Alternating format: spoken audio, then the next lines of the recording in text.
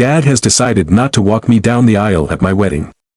Instead, he picked a trip to Hawaii with his favorite daughter, Katie. However, just one day before my wedding, he changed his mind. This has created a whirlwind of drama only 5 days before the big day, and much of it revolves around my sister and dad. For some background, my dad has been a single father for the last 10 years. This was after my mother passed away from cancer when I was only 16. Losing her was incredibly hard on both of us, but I felt the weight of it more heavily. When she died, it seemed like I was left without anyone fully in my corner.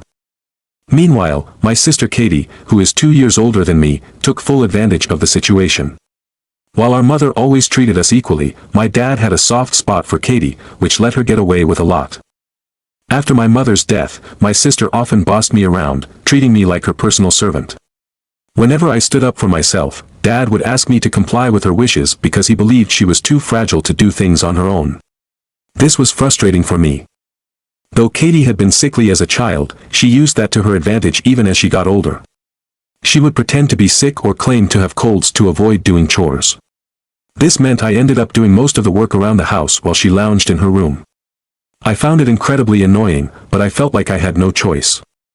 If I didn't do things, no one else would, especially since Dad was always too tired after work. Things changed when I turned 18 and went to college. I finally gained some freedom from my sister. Our lack of contact continued after college because we hardly ever got along. Katie had not only made me take care of household tasks, but she also made sure to poke fun at me and get under my skin whenever she could. Moving out was a relief.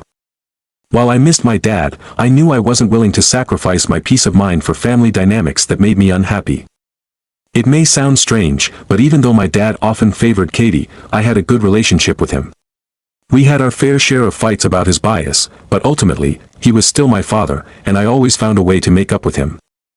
I met my fiancée, Andy, in college, and after dating for nearly 8 years, we decided that this was the right time to get married.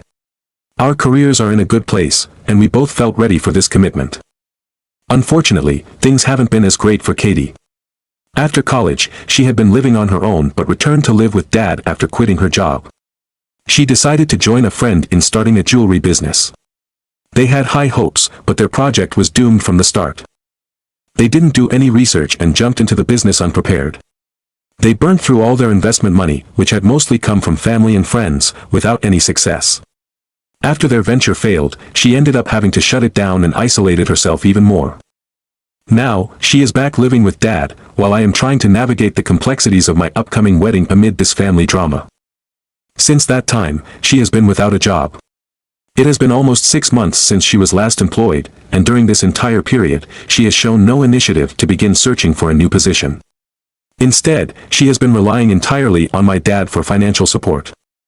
This situation is particularly concerning because he was planning to retire in just a couple of years.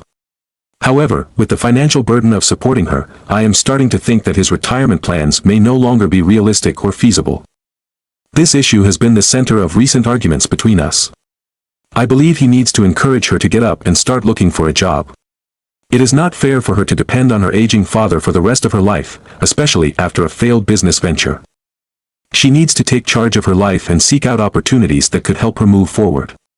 On the other hand, my dad insists that she requires time to heal emotionally and that she is not ready to commit to job hunting just yet. This difference in opinion has created tension, leading us to avoid discussing the topic altogether, as it often results in conflict. Moreover, I got engaged just a couple of weeks after she was forced to close her business, and my dad believes this added to her feelings of distress. He reasons that seeing me engaged, especially when her younger sister seems to be thriving, makes it even harder for her.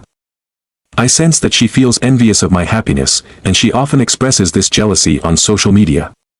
She tends to share posts that portray her as a victim of unfortunate circumstances, which I suspect is a way of seeking attention.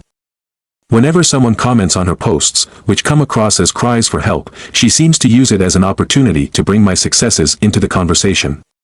She implies that I am undeserving of my achievements because she believes I have manipulated others to get ahead, which is simply not true. I have worked hard for everything I have, while she seems to revel in playing the victim, even though much of her situation stems from her own choices.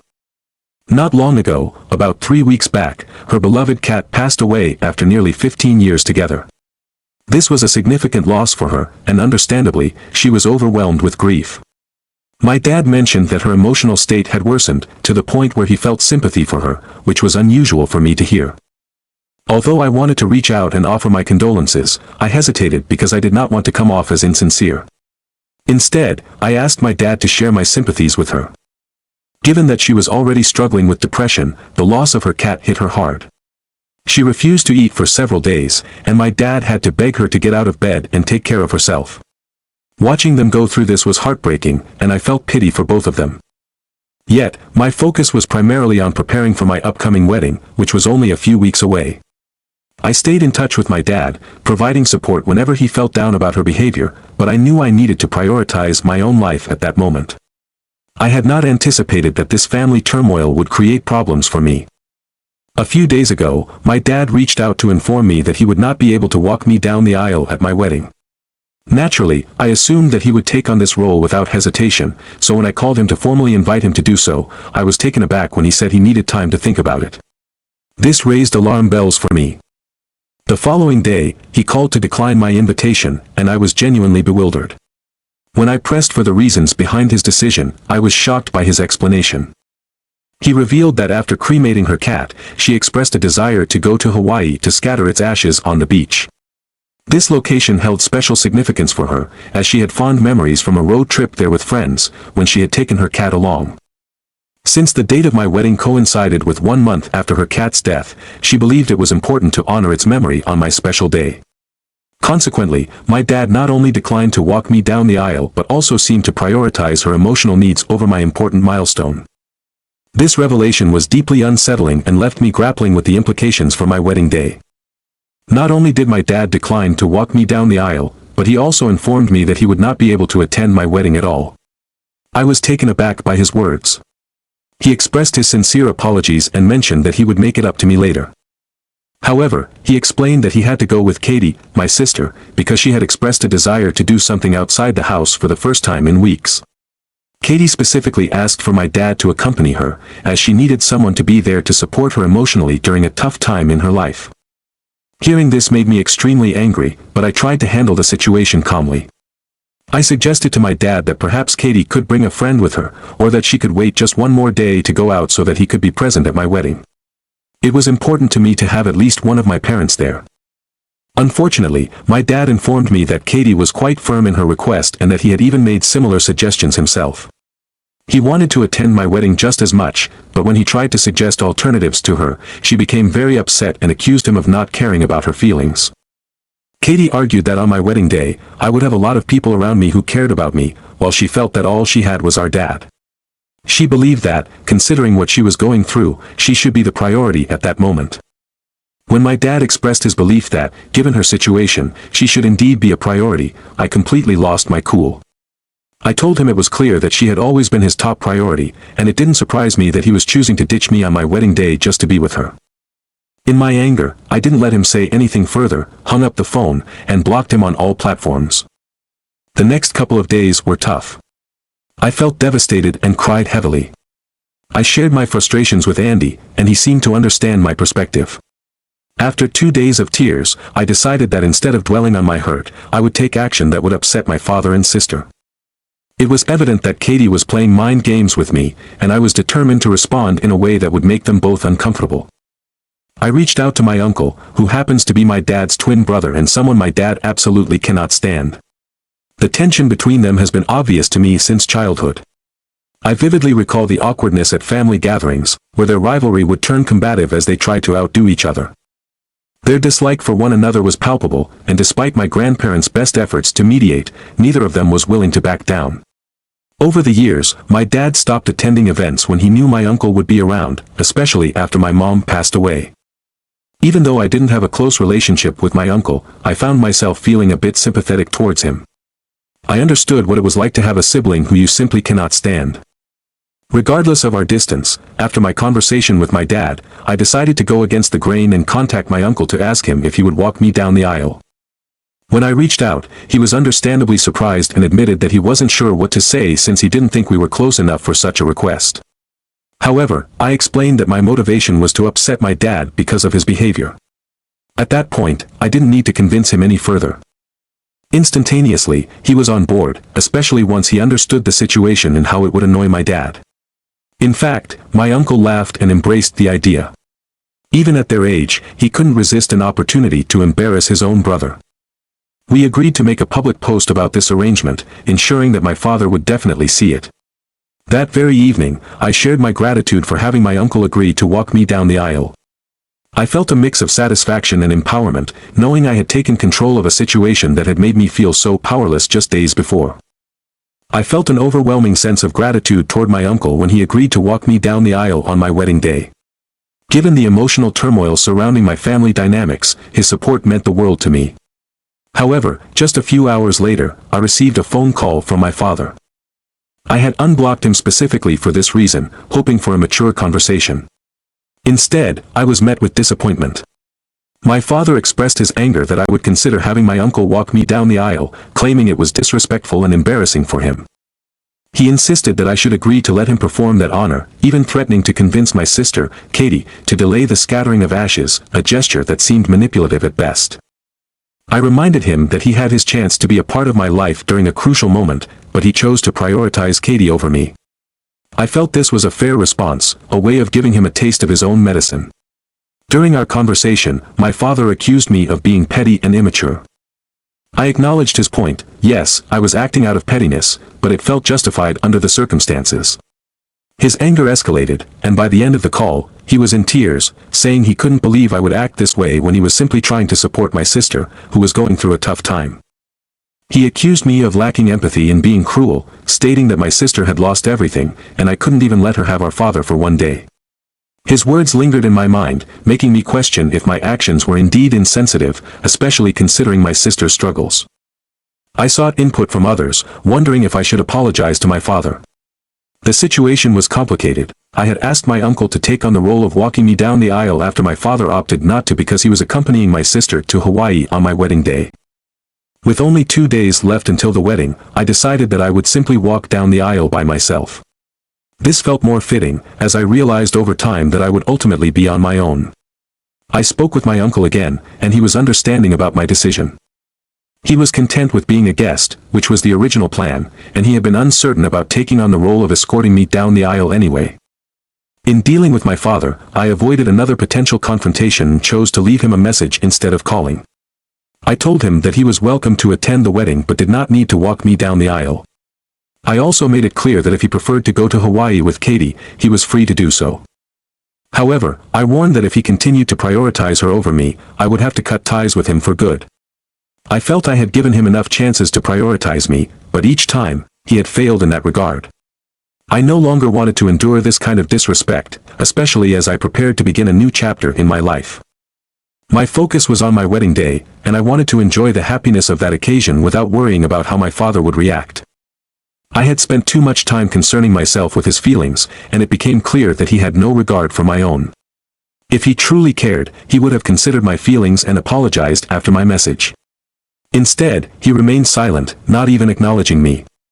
I discussed my situation with Andy, and he supported my decision. With the wedding day fast approaching and no resolution in sight with my father, I felt there were no other options left for me. Finally, the day of the wedding arrived. I couldn't believe the moment had come. I was married. With both an engagement ring and a wedding band on my finger, it felt surreal. I was filled with joy and a sense of relief that I had made it through the emotional turmoil to reach this beautiful day. I feel an overwhelming sense of happiness in my life right now, but I have to address a difficult topic regarding my dad and my sister. I realize that I owe you all a proper update, especially since my last message was more of a rant with little detail. Unfortunately, or perhaps in some twisted way, it's a good thing my father decided not to attend my wedding. Instead, he chose to go to Hawaii with my sister for the scattering of her deceased cat's ashes. It seems unusual to pick this over being present at my wedding, but that's the situation. I don't want to dwell too much on this, especially since some people criticized me for what they perceived as my lack of seriousness about my sister's depression. I genuinely sympathize with her. Depression is a challenging battle, and I wouldn't wish it on anyone, not even on my worst enemy, who happens to be Katie. However, it's crucial to understand that it wasn't her depression that led to this decision. What drove her was an intense desire to always be the center of attention, no matter the situation. Choosing to scatter her cat's ashes on the same day as my wedding felt intentional, and it's hard for me to believe that it was merely a coincidence. It would have made sense for her to wait a few days or perhaps do it a little earlier, but she needed to make a statement by doing it on my wedding day. I can't simply attribute her actions to depression, as that feels like a way to excuse her behavior. Regardless of her struggles, she needs to be accountable for the choices she makes. As for my dad, it's difficult to find the right words to describe my feelings toward him. He has once again let me down, and this time, I'm not prepared to forgive him. Living life without the support of either parent feels daunting, but honestly, I've always known he was never truly in my corner. For him, it seems like life has always revolved around Katie. I realize now that I was naive to think things could improve. He thoughtfully waited until after my wedding to inform me he wouldn't be attending. Until that moment, I was left in confusion, having left him a message I hoped would clarify his attendance. I kept checking my phone, waiting for any sign that he would show up. It was only after I had walked down the aisle and everything was complete that I discovered he wouldn't be there. His text came after the ceremony, letting me know that he was in Hawaii with Katie and felt she needed him more than I did. He expressed his regret but hoped I could understand. What left me even more frustrated was that he mentioned my petty and immature behavior, with my uncle had pushed him away and contributed to his decision not to come. I can admit that my actions might have been seen as immature, but it stemmed from feeling ignored since my mom passed away. I won't pretend my actions were justified, but I felt compelled to make him acknowledge my existence and show that he cared. Clearly, his care wasn't significant enough for him to come to my wedding. Receiving that message was infuriating, especially on what was supposed to be one of the happiest days of my life. Striving for happiness, I chose to block him and carry on with my day. The fact is, he had already made the decision not to attend, so telling me afterward felt unnecessary. When people inquired about my father and sister's absence at the wedding, I opted for complete honesty. I wanted them to see the situation for what it was, knowing it reflected poorly on them, not me. Most people were sympathetic and supportive, which only reinforced the importance of being truthful about what transpired. I had no reason to hide anything from anyone. Most people were just left speechless, and while some found the situation quite hilarious, it was more in a sad way than anything else. At this point, I think pretty much the entire family knows that my dad decided to skip my wedding to go to Hawaii with Katie, all so they could scatter the ashes of her cat. It feels incredibly disappointing that he couldn't even spare a single day for me on such an important occasion. This decision embodies what I believe to be his biggest failure as a father. Despite all of that, I still had a really fun time at my wedding. Nothing can change how special that day was for me. I know it is still going to be the best day of my life so far. I get to spend the rest of my life with the man I love the most, and I've made up my mind that he is going to be my only family moving forward. It's been a week since my wedding, and it still feels amazing to say that. Andy and I are supposed to head off on our honeymoon in just a couple of days. However, my dad and Katie just cannot stand to see me happy. It seems like they think now is the perfect time to confront me about what I had told people at the wedding regarding their absence. 3 days ago, Katie texted me. I hadn't blocked her yet, I had only blocked my father. But after reading her message, I seriously considered blocking her too because it was just so irritating that she felt she was on some kind of higher moral ground. Just to clarify, the only reason I haven't blocked her is that in the event something happens to my father, I want to be informed. I believe that despite our differences, she would let me know if something were to happen, like an accident or illness. That is literally the only reason I still allow her access to me. I know that many people would advise going no contact with her, but I don't think that's a feasible option for me. Just because my dad has been a terrible father doesn't mean I have to stop being a decent daughter to him. This may not make sense to many, but these are my principles, and I am determined to stick to them. I would appreciate it if people could refrain from commenting on my choices. Now, regarding the message she sent me, it was along the lines of, "Hey, we just got back from Hawaii. A lot of our relatives have already reached out to us, and they think it was wrong to choose your wedding day to scatter my cat's ashes. I'm not surprised that you chose to share this story and paint us in a negative light. I just wish you hadn't talked poorly about us, especially knowing that I'm going through a tough time. I really wish you would have shown more compassion for what I'm dealing with. Dad also noticed that you've blocked him, and he's quite upset about that. You should consider undoing that. Honestly, you need to be a bit more thoughtful towards us. You can't go through life only thinking about yourself and expect everyone to be okay with it. I hope you understand where I'm coming from and apologize. Although, if you continue to focus on being upset with me, I guess I won't be surprised since you seem to be stuck in this place. The tone of her message really angered me, and the content was infuriating as well. I didn't want to say anything in response because I was afraid I might end up cursing her out, as her message felt so pretentious and self-righteous. Yet, after thinking it over for a while, I decided to write my own reply instead of just blocking her. I sent her a message back that said, "Hey Katie, I did tell our relatives why you and Dad weren't at the wedding. I chose to be honest about it because I'm not a liar. By deciding not to show up for my wedding, you put yourself in that position. It feels unfair for you to expect me to hide the truth about what happened. It feels deeply unfair to me that I am expected to cover for you, especially considering the difficulties we are currently facing.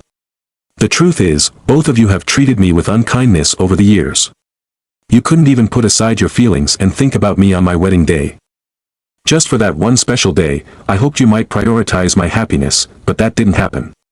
Because of this, I truly don't feel that I owe you any apologies. If Dad is upset about my decision to block him, he really should have thought about his actions beforehand instead of feeling regret now.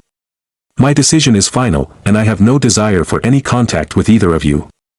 I would sincerely appreciate it if you respected my wishes and refrained from reaching out to me from this point onward, unless it is an absolute emergency. In such cases, you can text me or call, but outside of urgent matters, I wish to have no interaction with either you or Dad. Over the past few years, both of you have caused me a great deal of pain, and I agree with what Dad said about how spending some time apart would be beneficial for everyone involved. I have now entered a new chapter in my life as a married woman, and I want to focus on enjoying these next few years with my husband. He is the only family I want to invest my energy in right now. I genuinely wish both of you well in your lives, but I feel it's time for a goodbye. After sharing this message with Andy, I received her reply just a few minutes ago.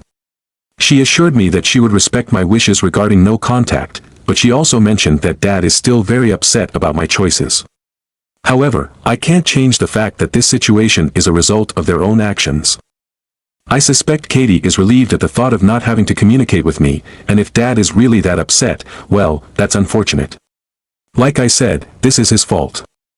Now, I am going to focus on enjoying my honeymoon.